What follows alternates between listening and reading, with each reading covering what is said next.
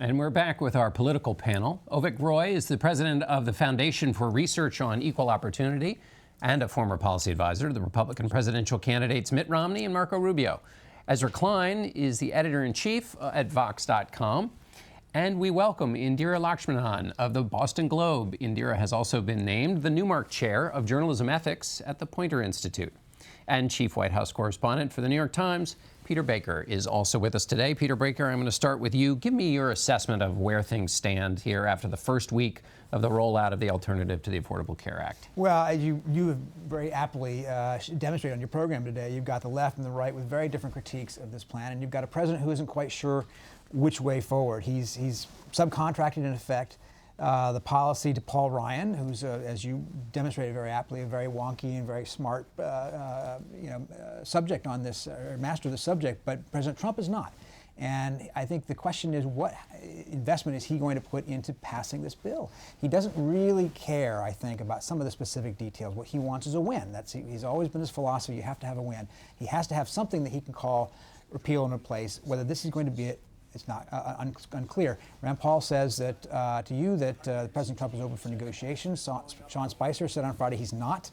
And so we're waiting to hear from the president. That's right. Avik, what do you make of the legislation put forward by Paul Ryan? Is it the best he could get?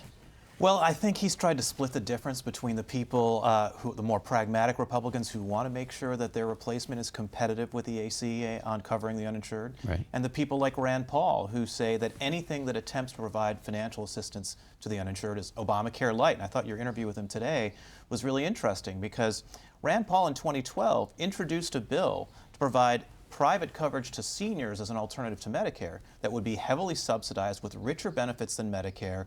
It would protect people against pre-existing conditions, require insurers to charge the same prices to the healthy and the sick, and cap out-of-pocket costs and lifetime limits, all the things that are theoretically unique to Obamacare. So he's for Obamacare light when it comes to seniors, not when it comes to the uninsured. And I think this is operationally the challenge Republicans have, that they say that they're for limited government and against subsidies to provide health insurance, the federal government's involvement.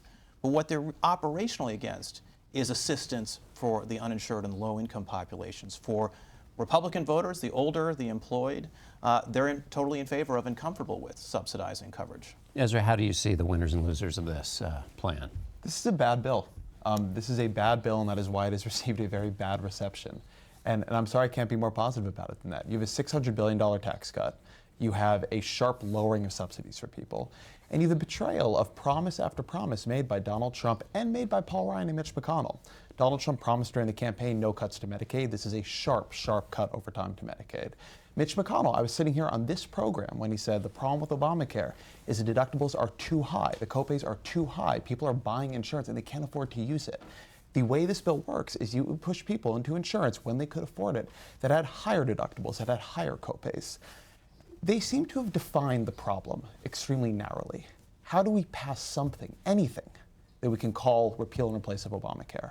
But when they actually tried to put this into law, which they have brought out a bill, it's shoddy in its construction, they're not waiting long enough to even figure out how to amend it.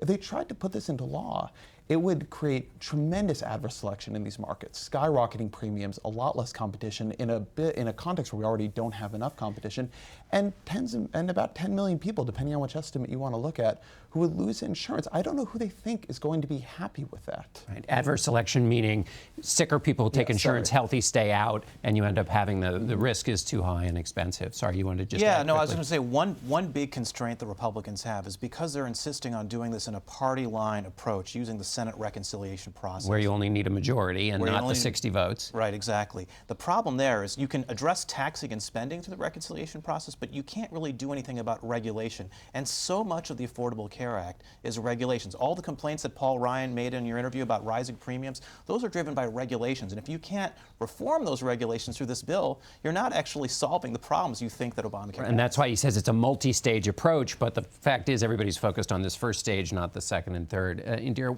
What do you make, if President Trump were watching this discussion, it would sound like a lot of noise probably to him. That's right.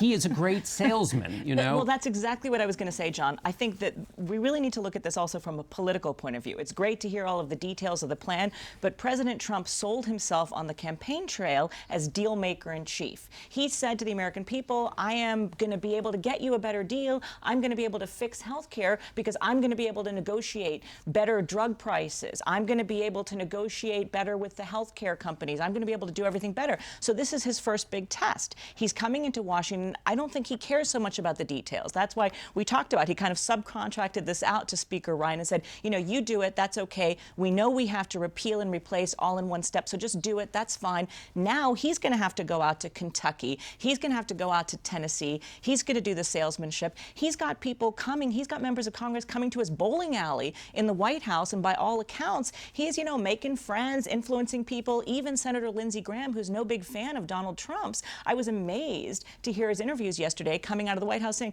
well, I had a pretty good time, and boy, he's a charming guy. And at the same time, Donald Trump is putting pressure on the Republicans, saying it's going to be a bloodbath in 2018 if you don't pass this. And Paul Ryan also saying that everything else can only come, tax reform, That's right. all the other things they want to pass can only happen if this happens. Peter, is the big hurdle for Donald Trump the fact that he said everyone would be covered, and we have estimates of 10 million, maybe 15 million. The CBO score, the official accounting, might be quite bad. Is that the big thing that the president will have the hardest time reconciling? Yeah, I think that, as you pointed out in the interview with Speaker Ryan, he promised so many things that seem untenable if you put them together into a plan, unless you're willing to spend lots and lots of money and do things in a different way than Paul Ryan wants to do them.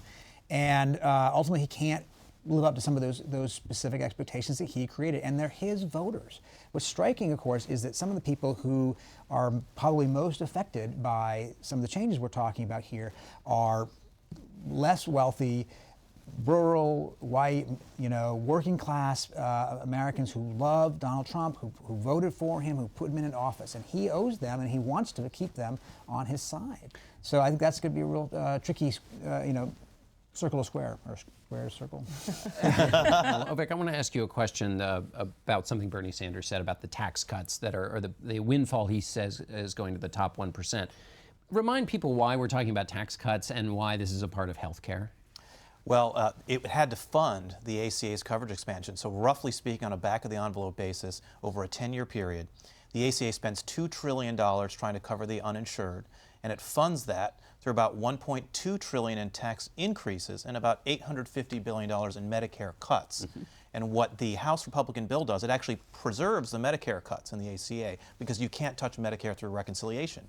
But they repeal nearly all of the tax hikes and then have their own coverage expansion in this new structure that you talked about with Paul Ryan. Ezra, is one of the challenges here that there has been a bit of a success for the Affordable Care Act, Obamacare, which is that it's created expectations that you're going to cover pre-existing conditions, you'll have minimum coverage requirements, and then also that kids till the age 26 stay on their parents' plan. If you keep all of those, which this does, that makes it expensive. It makes it expensive, but it also means you're working within the broad framework of Obamacare, which they are still doing. And if you're doing that, then you actually have to retain important parts of that framework. You can't. They are splitting the difference between so many different arguments that they've stopped being able to make sense of any of them in particular. So they're trying to take out the individual mandate, replace it with something that's not quite an individual mandate, this 30% surcharge on healthcare when you come back into the market. And all of a sudden, it may not work quite as well, but it also makes people angry, and it's not really clear what goal you're trying to achieve. I think this point about reconciliation, which Avik has brought up, is a really important one. I was stunned, actually, to hear Paul Ryan on the program earlier today say that the ACA was jammed down the country's throat, but this is a regular order, slow process. We did not see this bill until last Monday. That is the first time anybody has seen it. And I saw the stuff Ryan produced before. It was all different. This is the first time we've seen this piece of legislation with this constellation of ideas. There are no serious independent analyses of it out yet. It has already passed 2 committees before those committees knew how it worked or what it would likely do.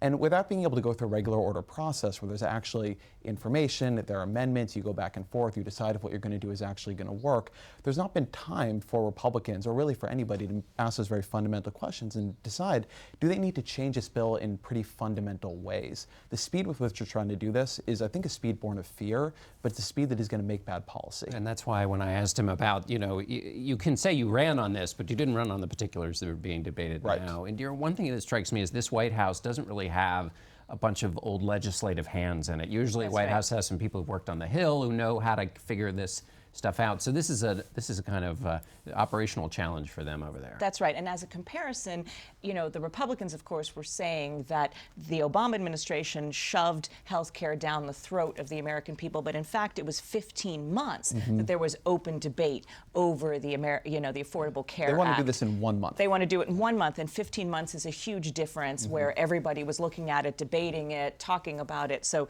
that is a very important difference. And you make a point. It's operationally different. If you don't have the experts on the liaisons with the legislature, then you don't really know how to do it. But we see that in so many ways. I mean, it's sort of akin to putting in charge of cabinets, putting cabinet secretaries in charge of agencies that those people want to abolish those agencies. So it's kind of a similar thing that it's the sort of disruptive factor in government. You know what's going to be interesting is when that Congressional Budget Office score comes out for this bill, and it says something like the bill will cover 20 million fewer people than the Affordable Care Act.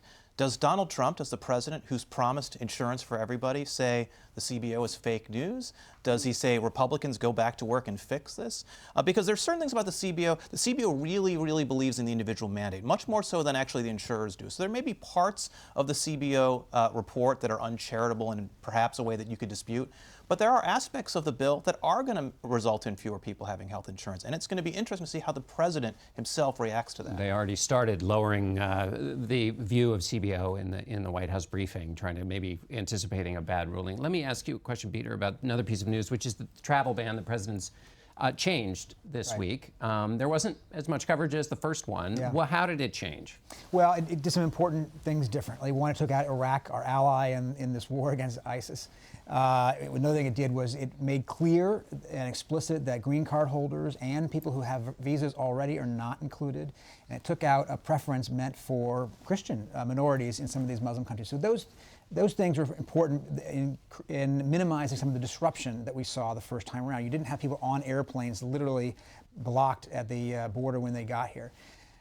Beyond that, it's still pretty similar. It's still, stopping all refugees and all visitors from these 6 countries, Muslim majority, for a time. And you're now back in court. You now have lawsuits already. And I think that the issue is going to be, will these courts look at this as basically a dressed-up version of the same thing, or will they see those changes as being substantive enough to give it, a constitutional veneer? They did reverse engineer this second travel ban in a way. I mean, it's clear from looking at it, I've spoken with many legal scholars about this, that the Trump administration kind of looked at the bill, looked at what the complaints were from the judges from the Ninth Circuit Court of Appeals, and sort of created the new travel ban kind of backwards from that. So a lot of legal scholars think that this will, stand up in court, although there are a lot of problems that predate anything that's written down, which is that Donald Trump himself said on the campaign trail back in December 2015, I want a Muslim ban, keep them all out. So there's so many things that he said in the public record that courts can look at that can say, hey, this is really a Muslim ban dressed up as something else. And so that's sort of irrespective of what's on the piece of paper. Ezra, can I get a last thought from you on the jobs numbers we had Friday? The president took credit for the strong February.